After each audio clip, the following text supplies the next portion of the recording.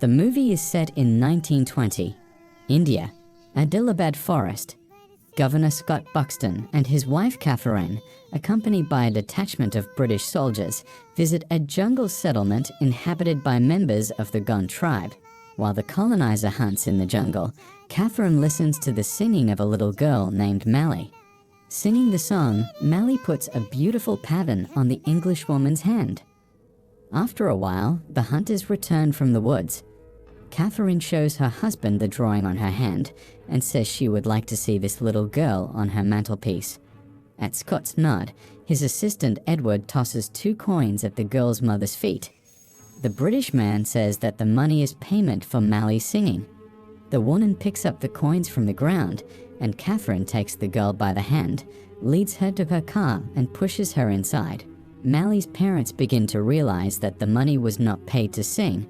Their daughter was bought from them. The cortege drives away.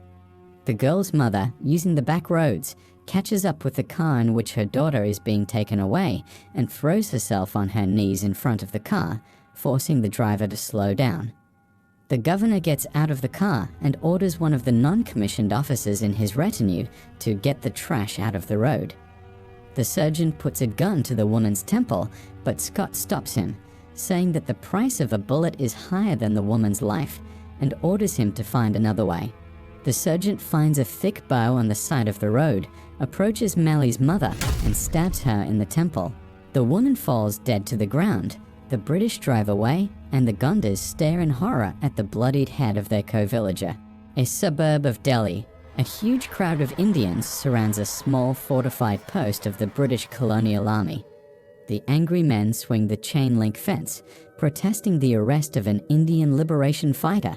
The chief of the post calls headquarters and asks for reinforcements, but is told that help will not arrive until 7 hours later. One of the revolutionaries throws a boulder, which flies into the premises of the post and hits the portrait of the king.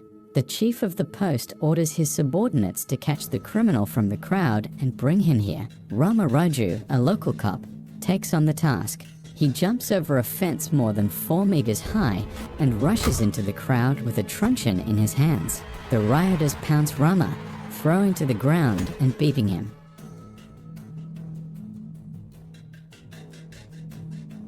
Rama gets up and continues to stubbornly pursue his goal.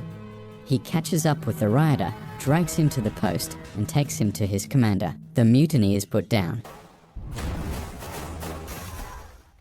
The unit commander informs his subordinates of the names of 3 officers who have been promoted to the rank of special officer for distinguished service. All 3 are British.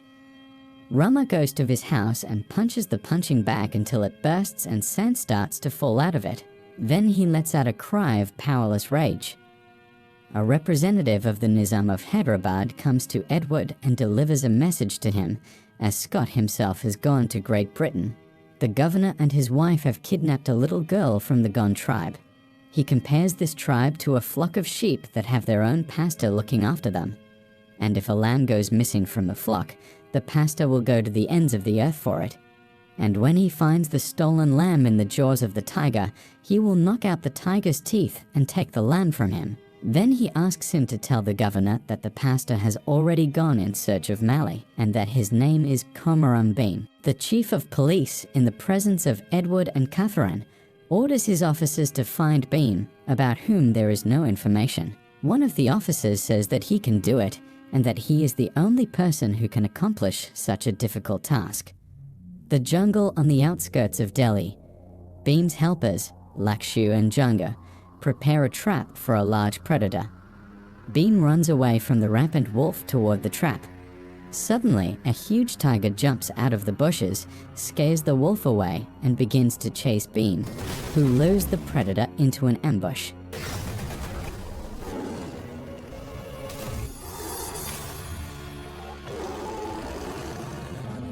The beast tries to break free, but the nimble and strong Beam fights the tiger and neutralizes him.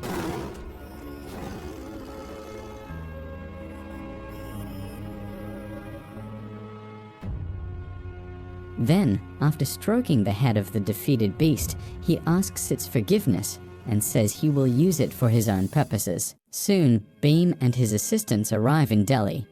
He poses as a Muslim named Akhtar and gets a job at a machine shop. At this time, Rama decides to look for Bhim among those who are fighting against the power of the British in India. He goes to a meeting of the revolutionaries and meets Lachu there.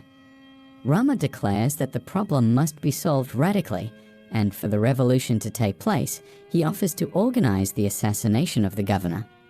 On the way to the governor's palace, Lachu guesses at the last moment that he is being lured into a trap and escapes from Rama. He then tells Bhim what has happened. Bhim comes to the riverbank and gives money to a fisherman boy to catch fresh fish for him. The boy gets into a boat and sails to the middle of the river near the railroad bridge. After a while, a passing train crashes and the boy screams for help.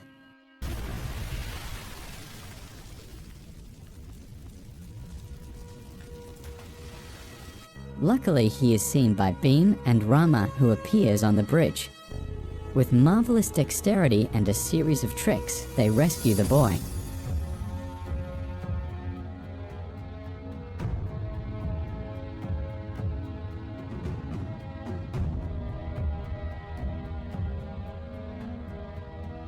The feat they accomplish brings the brave men closer together. They become friends, but since Rama is in civilian clothes, Bhim has no idea that his friend is a police officer. Later, Rama helps Bhim meet Scott's niece named Jennifer, from whom he finds out that Mali is in the governor's palace.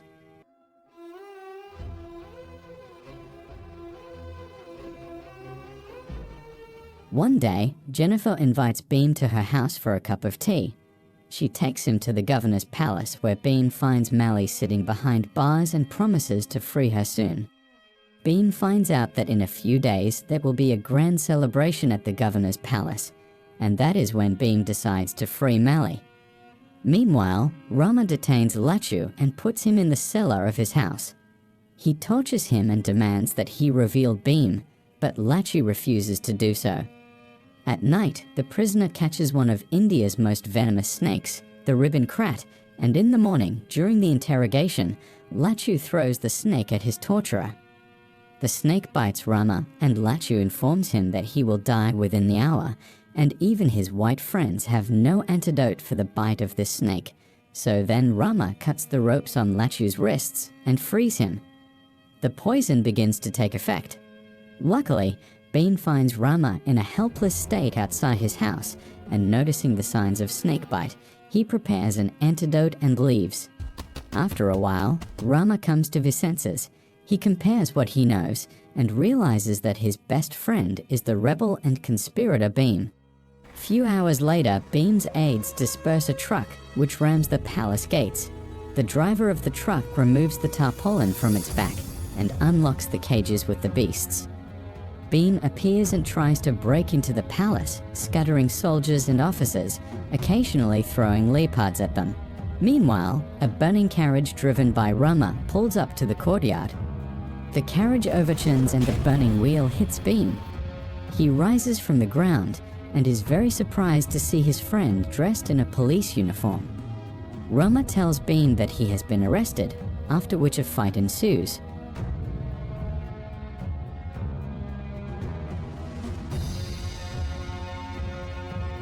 Rama demands that Bhim surrender or else Mali will suffer, and Bhim is forced to comply.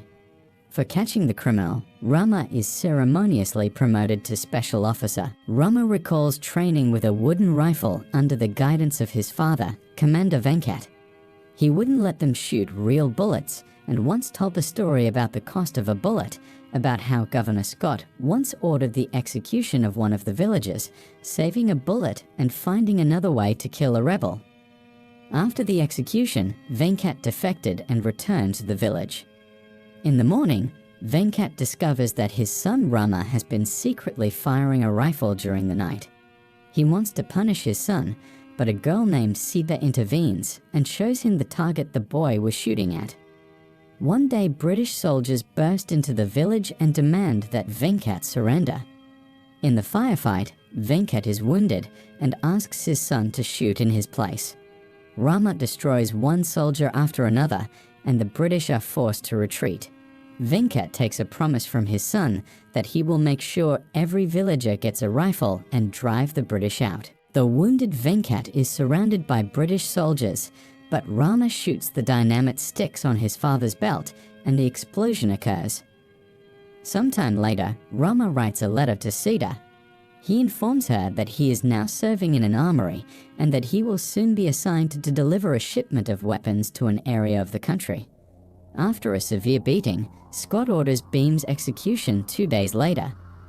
Rama proposes to hang the rebel not in prison, but on the riverbank in front of Mali, so that he does not become a martyr and his body can be thrown into the river.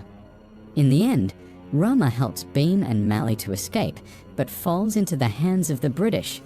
Scott commands to execute the traitor. After a while, Sita meets Bhim and Mali, helps them escape from the police, tells them what Rama is really planning, and convinces Bhim to save his friend. Bhim infiltrates the barracks where the prison is located. Because the British have mutilated Rama's legs, Bhim puts his friend on his shoulders and helps him escape.